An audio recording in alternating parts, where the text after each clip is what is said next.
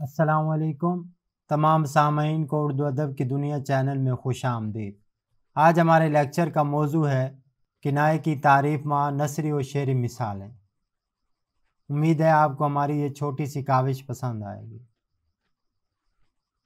کنایے کی تعریف۔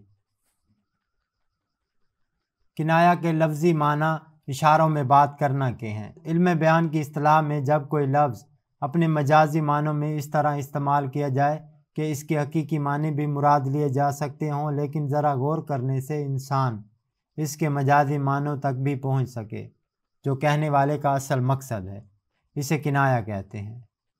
مثلا اس کو کالے نے کاٹا، کالا یہاں سانپ کا کنایہ ہے۔ بیٹے کو عرصے بعد دیکھ کر ماں کا کلیجہ ٹھنڈا ہو گیا، کلیجہ ٹھنڈا ہونا یہاں خوشی اور راحت کا کنایہ ہے۔ اپنے سفید بالوں کا کچھ خیال کرو، سفید بال یہاں بڑھاپے کے لیے کنایہ ہے۔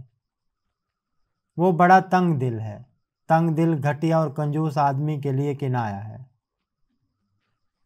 کنایے کے اجزاء۔ کنایہ دو اجزاء پر مشتمل ہوتا ہے۔ نمبر 1، صفت لازم، وہ معنی جو کنایے میں موصوف یعنی ملزوم کے لیے مراد لیے جائیں۔ اوپر کی مثال میں کالے کو کالا رنگ بھی کہتے ہیں جو اس کا حقیقی معنی ہے۔ نمبر 2، موصوف یعنی ملزوم، وہ شخص یا چیز جس کی طرف کنایہ یا اشارہ کرنا مقصود ہو۔ اوپر کی مثال میں سفید بال صفت لازم ہے اور بڑھاپا یہاں موصوف ہے۔ کنایے کی اقسام۔ کنایے کی دو بڑی اقسام ہیں۔ نمبر 1، کنایہ قریب اور نمبر 2، کنایہ بعید۔ کنایہ قریب، یہ کنایے کی وہ قسم ہے جس میں ایک صفت کا ذکر کر کے اس سے موصوف مراد لیا جاتا ہے، لیکن یہ صفت اتنی واضح ہوتی ہے کہ موصوف اس صفت کے ساتھ مشہور ہوتا ہے اور قاری یا سامع کو صفت سے موصوف تک پہنچنے میں زیادہ دشواری پیش نہیں آتی، اسی لیے اسے کنایہ قریب کہا جاتا ہے۔ جیسے قائد اعظم پاکستان کے بانی تھے۔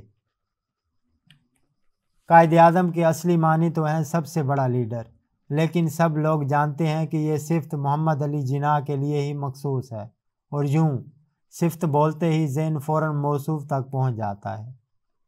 کنایہ بعید۔ کنایے کی اس قسم میں جس صفت کا ذکر ہوتا ہے اس سے ذہن کے موصوف تک پہنچنے میں خاصی سوچ و بچار کی ضرورت ہوتی ہے۔